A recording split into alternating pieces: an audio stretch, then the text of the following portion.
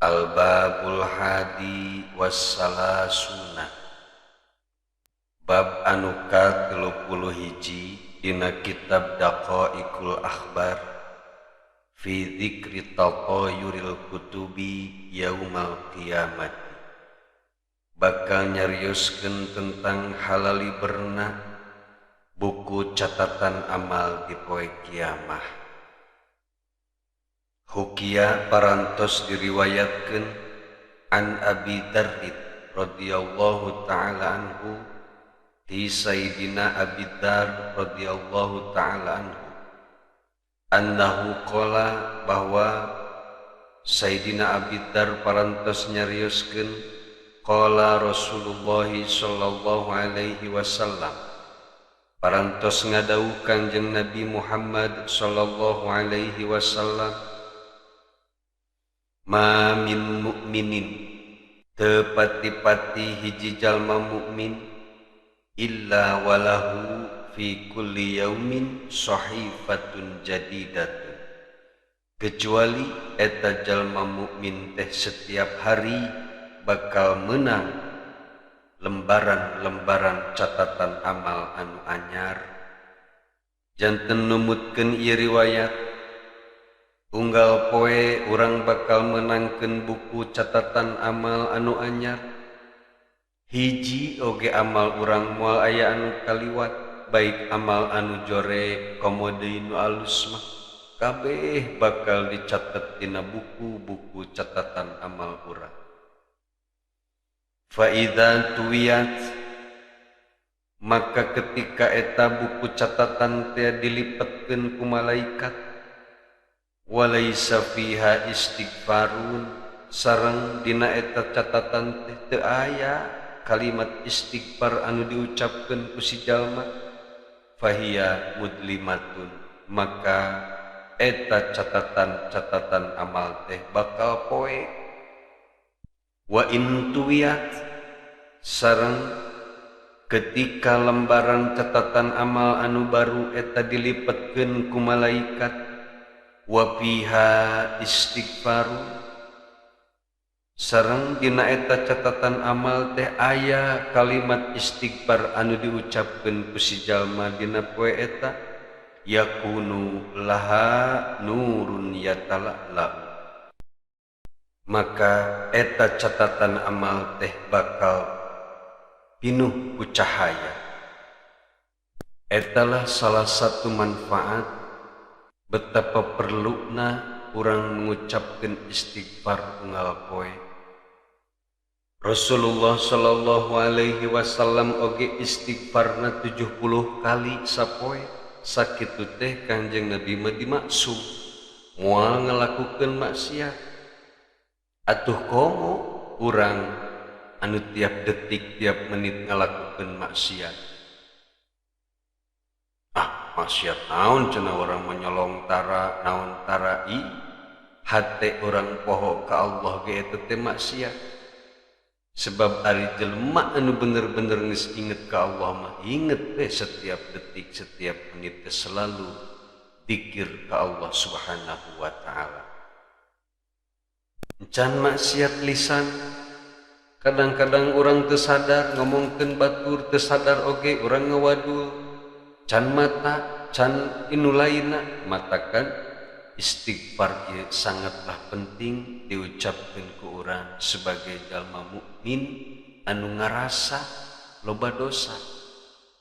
Bahkan qala al-faqihu rahimahullahu taala, parantos ngadawuh al-faqih rahimahullahu ta'ala, ma min ahadin fid dunya illa alaihi malakani muwakkalani minallahi ta'ala.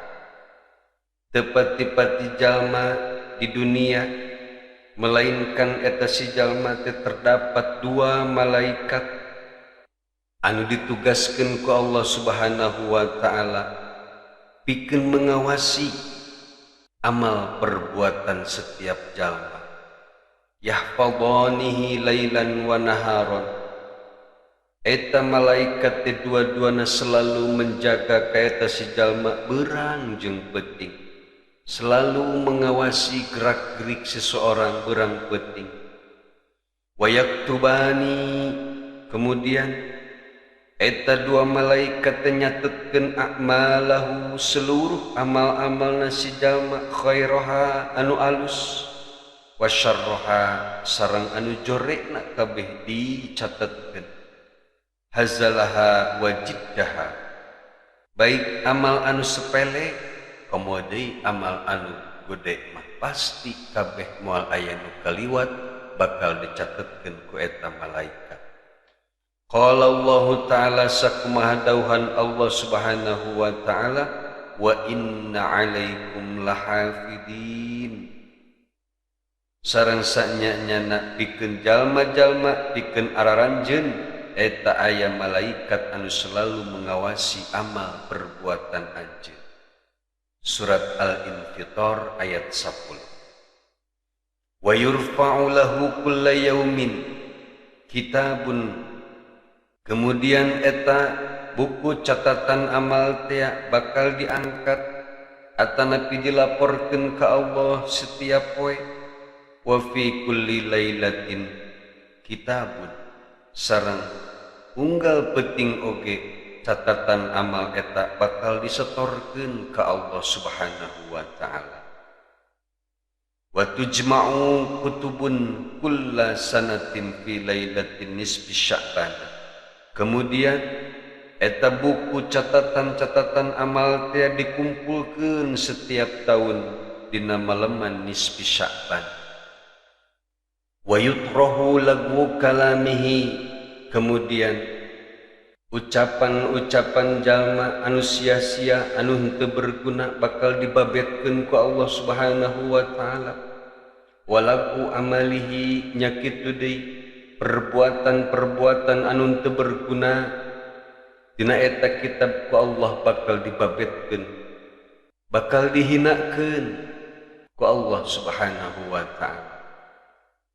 Wa yujma'u kitabun kulla sanatin fi sijilin, kemudian eta kitab-kitab teh bakal dikumpulkeun setiap tahun dina suatu dokumen anu disebut sijil.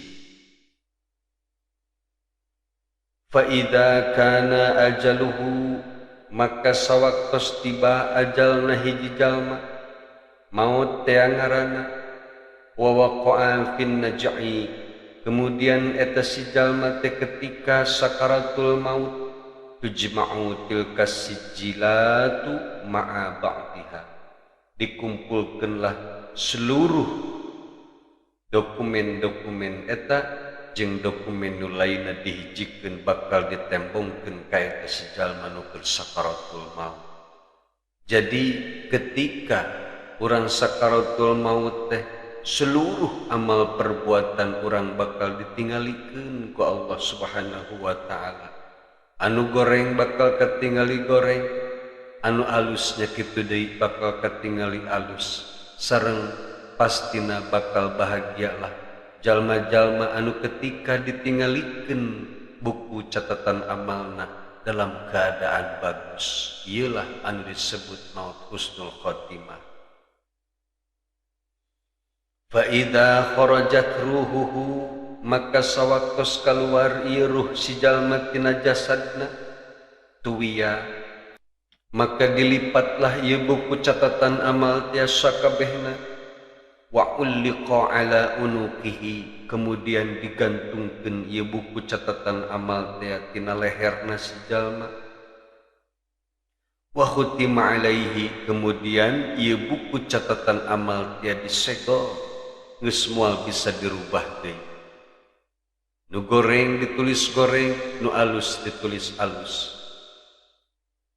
Wa ju'ila ma'ahu fil qabri, kemudian ieu buku catatan teh ditempatkeun ku Allah Subhanahu wa Ta'ala ngahiji di jero kuburna eta si jalma. Wa hadza ma'na qaulihi ta'ala, ieu nu dicaritakeun teh adalah pengertian tina kalimat firman Allah dina surat Al-Isra, wa kullu insanin alzamna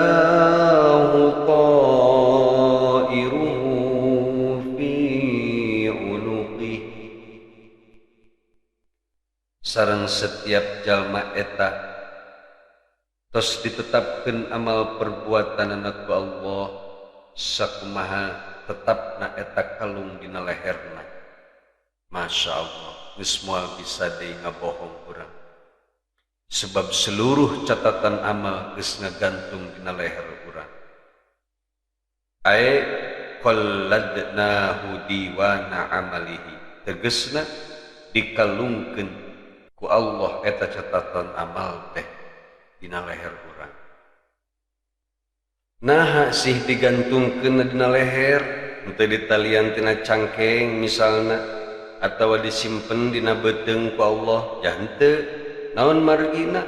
Wa innama khussal unuqu, sareng pastina dihususkeun ku Allah eta catatan amal teh digantungkeun tina leher li annahu maudiul qiladati wat tauqi, sebab ari leher teh adalah tempat kalung jeung perhiasan leher. Wa mimma yazinu wa yashinu, sareng ari leher teh tempat perhiasan anu indah, oge sabalikna bisa jadi anu dikalungkeun tina leher teh sesuatu anu mudah terlihat kajoreanana. Berarti lamun catatan amal urang teh dipenuhi dengan perbuatan anu sararae, maka leher urang ke bakal ketinggali sae sebagai perhiasan, malahan buku catatan amal teh jadi perhiasan pikeun urang. Tapi sabalikna lamun catatan amal urang jore, maka beuheung urang bakal katempo jore kusabab ngagantung perkara anu jore dina eta beuheung. Masya Allah. Bahkan saur Allah dina surat Al-Isra ayat 13, wa nukhriju lahu yawmal qiyamati kitaban yalqahu mansura, sareng kami bakal ngaluarkeun pikeun eta si jalma di poe kiamat teh sebuah kitab anu bakal ditingali ku eta si jalma bari kaayaan terbuka. Ai nu'tihi kitaban, tegesna setiap jalma bakal dipasihan sebuah kitab anu berisi catatan amal.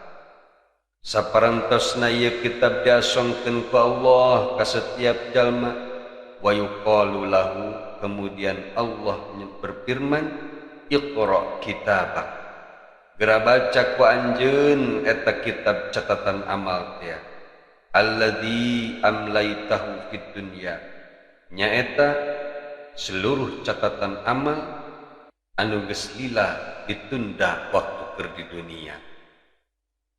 Anu geus lila ku anjeun dipopohokeun eta catatan amal teh ayeuna ku Allah diasongkeun secara terang-terangan. Tidinya bakal terbuka, bakal katingali sakabeh amal perbuatan urang.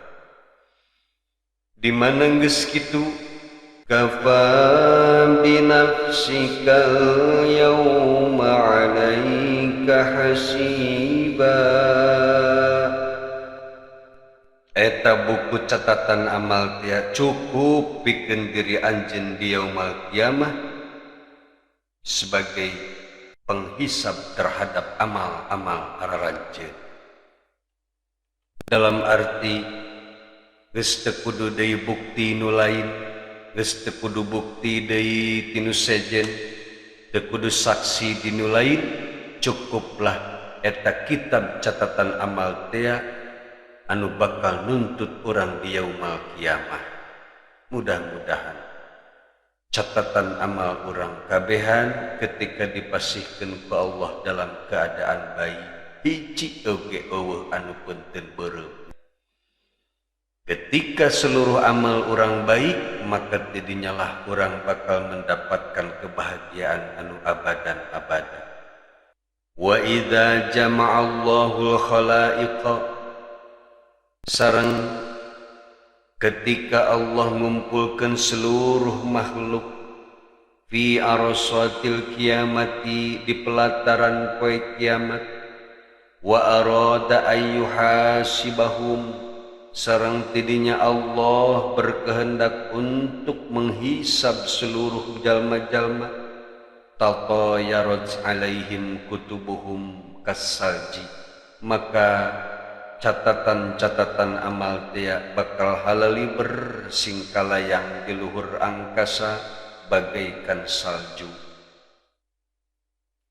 Sawaktos kayaan kitu yunadi min kibalir rahmani aya panggilan ti Allah subhanahu wa ta'ala pikeun seluruh makhluk ya fulan wahai fulan khud kitabaka biyaminika geura candak ku anjeun kitab catatan amal anjeun ku tangan kanan anjeun. Wa ya fulanu wahai fulan khud kitabaka bishimalika geura cokot kitab catatan anjeun ku tangan kiri anjeun. Wa ya fulanu wahai fulan khud kitabaka min wara'i dhahrika cokot ku anjeun buku catatan-catatan anjeun ti belah tukang anjeun. Berarti setiap jalma teu bisa sambarangan bisa nyokot kana eta kitab. Teu bisa urang mah hayang belah kanan, urang mah hayang belah kiri, teu bisa kitu. Ieu semua ditentukeun ku Allah Subhanahu wa taala berdasarkan catatan amal masing-masing. Aya nu ku Allah dipasihan izin pikeun nyandak kitabna ku sebelah kanan, aya nu sebelah kiri, bahkan aya anu kudu nyokotna tukangeun. Fala yaqdiru ahadun maka moal aya anu bisa seseorang pun ayyakhuda kitabahu nyokot kana eta kitabna si jalma illa bima amarallahu ta'ala bihi kecuali atas perintah Allah subhanahu wa ta'ala. Muncek Allah kudu dicokot belah kanan pasti belah kanan moal bisa ngebantah. Fal atqiya'u makari jalma-jalma anu takwa selama di dunia yu'tuna bakal dipasihkeun ka eta si jalma nu takwa teh kutubahum kitab-kitabna si jalma takwa biyaminihim melalui tanganna anu kanan. Wal asqiya'u sedengkeun ari jalma-jalma anu cilaka anu teu daek ibadah waktu keur di duniana bishimalihim bakal dibikeun ka eta si jalma buku catatan amalna dengan tangan kirina. Wal kuffaru sedengkeun ari jalma-jalma kafir min wara'i duhurihim bakal dibikeun eta catatan amalna ti belah tukangeun eta si jalma kafir. Kama qala Allah Ta'ala sakumaha firman Allah Subhanahu wa Ta'ala dina surat Al-Haqqah ayat 25. Wa amma man utiya kitabahu bishimalihi fayaqulu ya laitani lam uta kitabiyah. Sareng adapun dari jalma-jalma anu kitabna dipasihkeun melalui tangan kiri na eta si jalma maka eta jalma teh bakal nyarita ya laitani lam uta kitabiyah mencek urang mameureunnan Gusti alangkah saena upami ieu kitab teh teu dipasihkeun ka abdi sebab tahu bahwa kitab eta berisi catatan-catatan anu sangat jorek. Na'udzubillah min dzalik. Kemudian Allah Subhanahu wa taala nyarios dina surat Al-Insyiqaq ayat 10. Wa amma man utiya kitabahu wara'a dhahrihi sareng adapun ari jalma-jalma anu buku catatanana dipasihkeun melalui belah tukang fasawfa yad'u subura maka eta si jalma teh bakal ngajerit, duh cilaka kaula, bakal cilaka. Wa yasla sa'ira, dan eta si jalma anu menang buku catatan amal ti belah tukang bakal asup ka jero neraka anu gegebur seungeutna. Naudzubillah min dzalik. Mudah-mudahan urang sadayana sing dipasihan kesempatan ku Allah Subhanahu wa taala pikeun memperbaiki catatan-catatan amal urang sadayana, sehingga catatan amal anu bakal dipasihkeun ku urang engke di yaumul kiamah eusina sadayana sararae. Amin ya Allah ya rabbal alamin. Wallahu